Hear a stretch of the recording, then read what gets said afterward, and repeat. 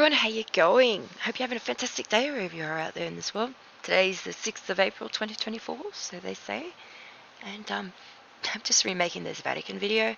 Some people say they can't hear or understand and I mumble. Well, here we are. The Vatican's creepy sculpture behind the Pope. What you should know. So, the Resurrection, 1977, is a bronze copper alloy, 2.1 by 7.3 meter installation in Paul's Audience Hall.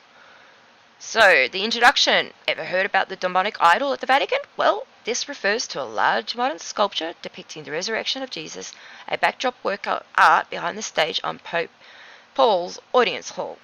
The Paul Audience Hall draws many conspiracy theories, not only due to this sculpture that people swear is demonic representation and a serpent idol, but they also because the design of the hall makes it many associated with the snake imagery. The hall is where the Pope holds his weekly audiences with believers when the weather is not suitable for outdoor audiences at St. Peter's Square. So back to the sculpture. What is it and why do people associate it with serpents and demons? The Resurrection is a colossal sculpture created by Perezi Franzidi and measured an impressive 66 foot by 23 foot by 10 foot. It depicts Jesus rising from the creator of a nuclear bomb in the Garden of Gethsemane. That's not Jesus.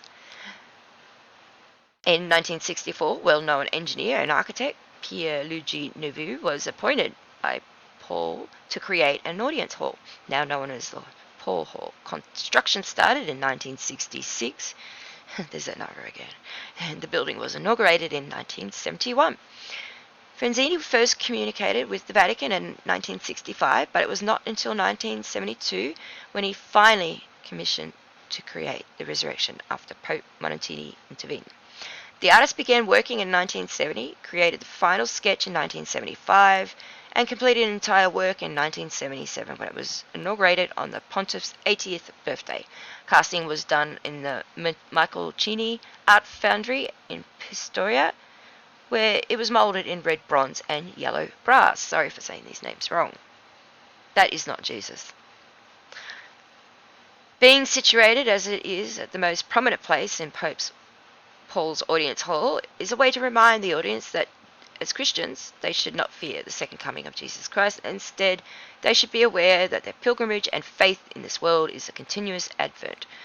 It lifts them up to reach the definitive encounter with Jesus Christ. Indeed, the resurrection mirrors the fantastic touch that surrounds and all thought of the second coming of Jesus Christ. When Christians think of the second coming of Christ, there is something awe-inspiring about the event.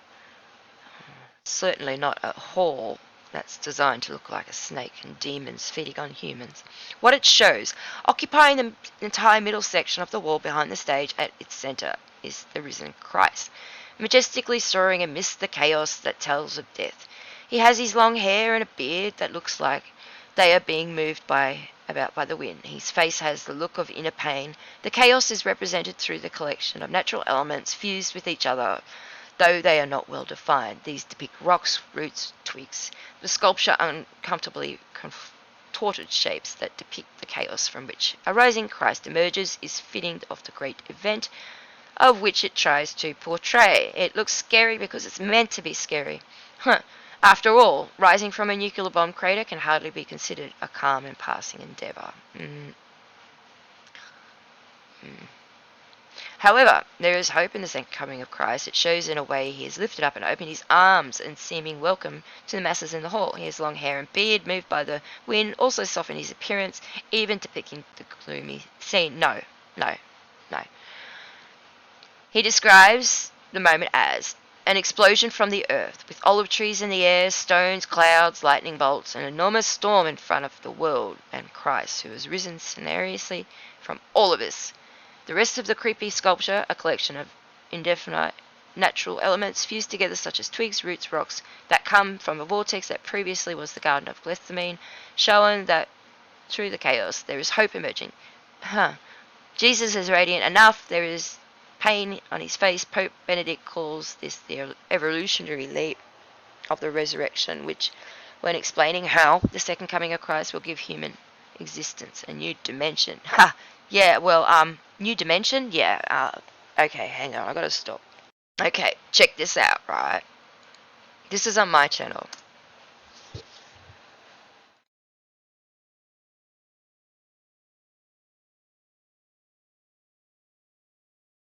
So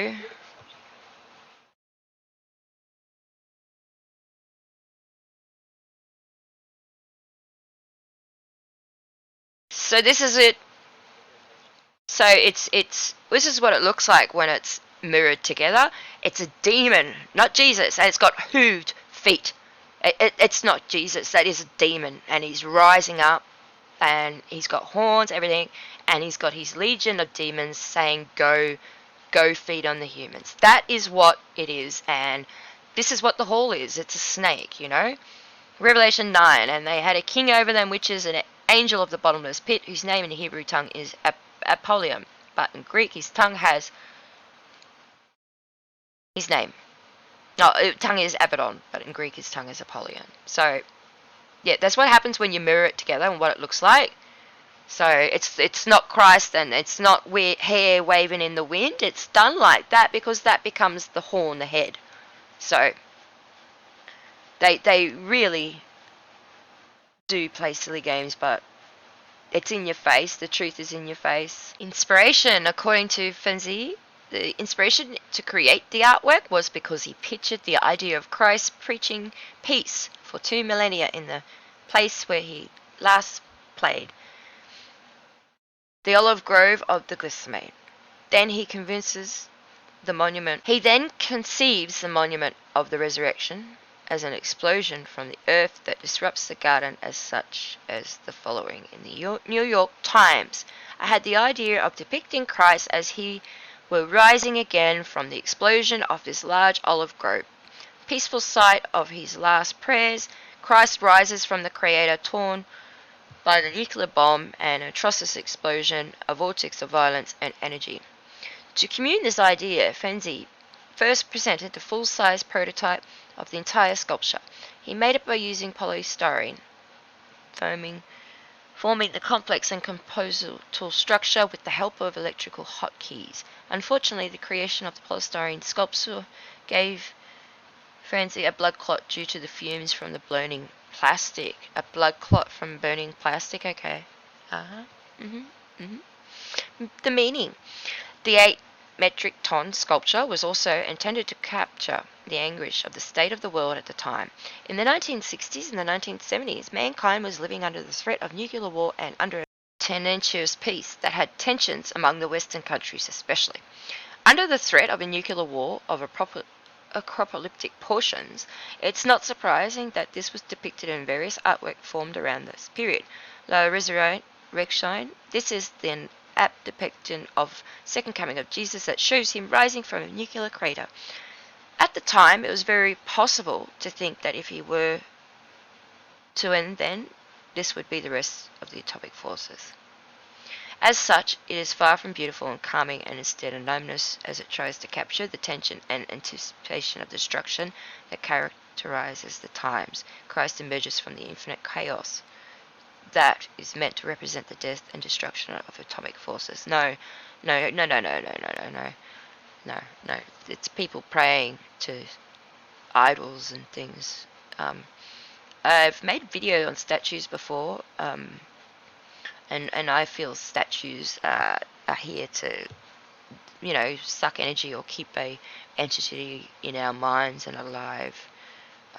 But I will share a video on that topic in the near future.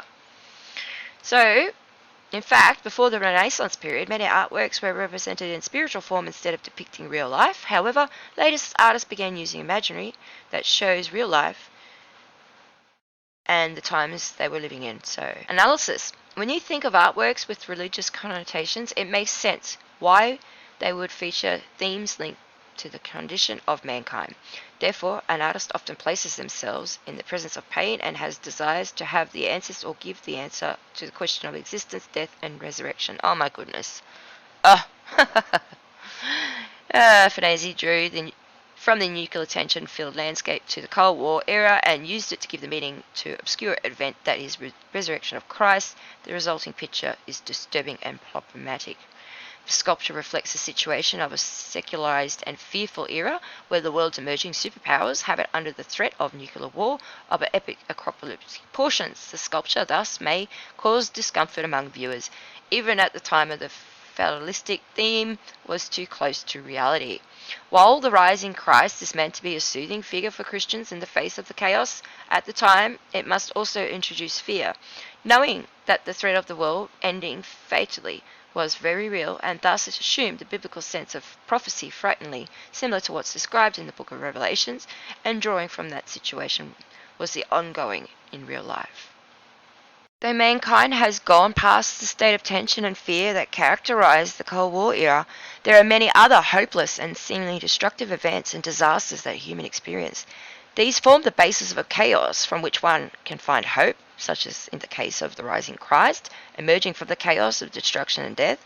As such, while the sculpture may be an ominous and inspire discomfort, it also a reminder of the hope that one gets if they put their faith in Jesus Christ. It's so wrong that people are tricked by this. It's not Jesus, it's the demons. You know, they know this. They know this very well. So you put a line in it and mirror it, and that's what you get, a demon.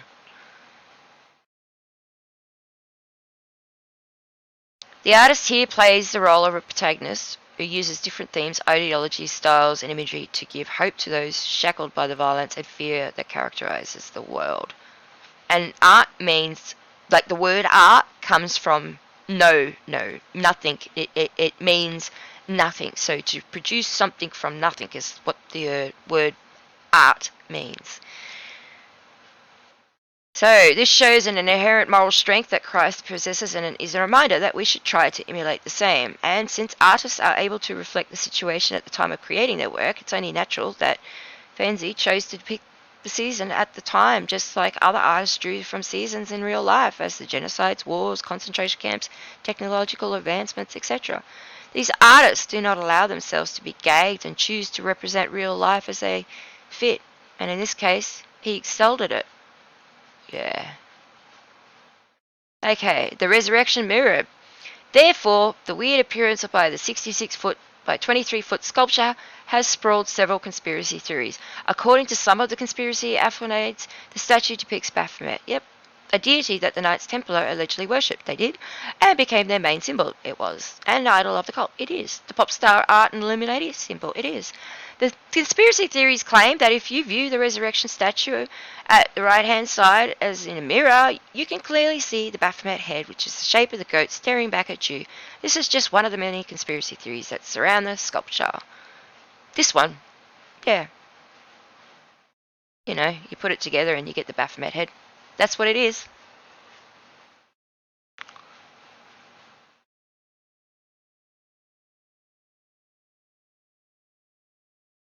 But they didn't show a photo of this mirror. Do you notice that?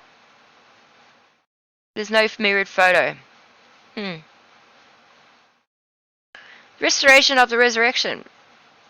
The sculpture was cleaned and restored in 2011 over the course of 3 months when weather was warm, such as the Pope's general audience could be held outdoors at St. Peter's Square.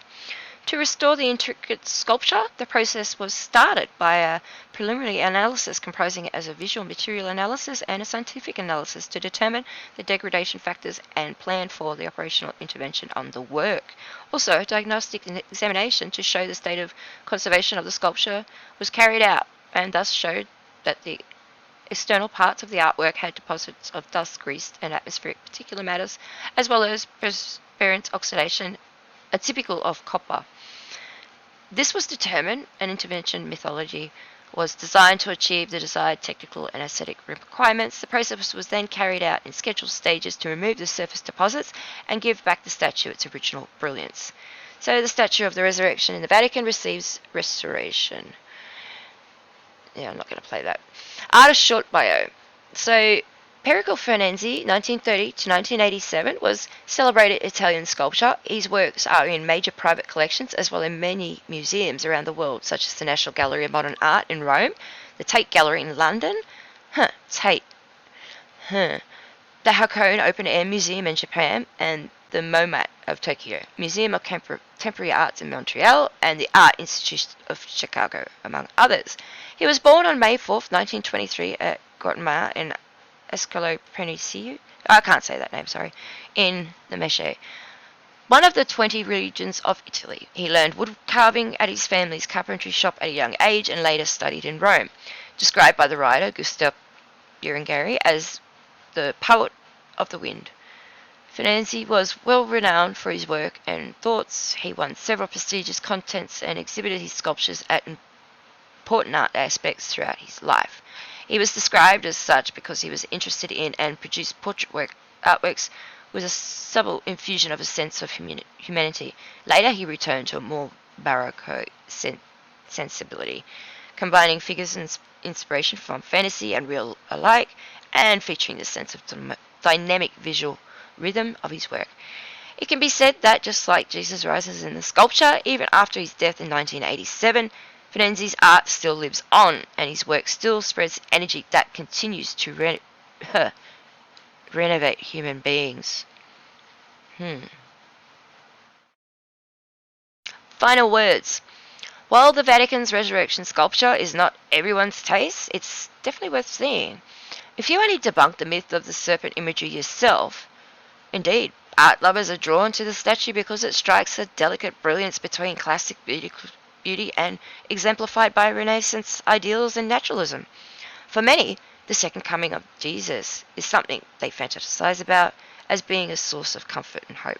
However, this also has a fatalistic of the gloomy touch, as this might be as a result of the world ending. As such, the resurrection is built on these themes around the second coming of Jesus.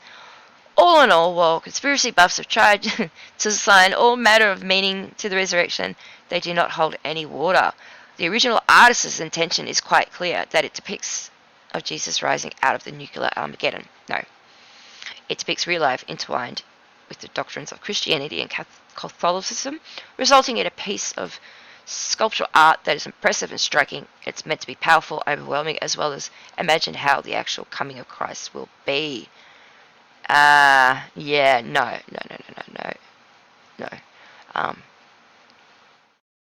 I wouldn't be surprised if this bloke was a Mason, to be honest. He actually died, similar to the bloke that done the horse statue in Denver. This guy has to be a Mason, just with his artwork and the way it looks, you know. I'll leave these links in the description. So, yeah. That's just redoing this video. It's not, I haven't included everything I included in this video, but I just wanted to share basic, outline of it. I'll leave the description and the links for this video. It's worth checking out. Sorry if you can't understand me and I mumble, but I don't know. Anyway, yeah. Look forward to seeing you all in the next video. Hope to go live, and yeah, like, share, subscribe. I really appreciate it. And leave a comment. Tell me your thoughts. Is this better than the other video? Do you hate it? You hate the topic? Let me know. You got a suggestion? Let me know. Thanks for watching. Much love. Bye now.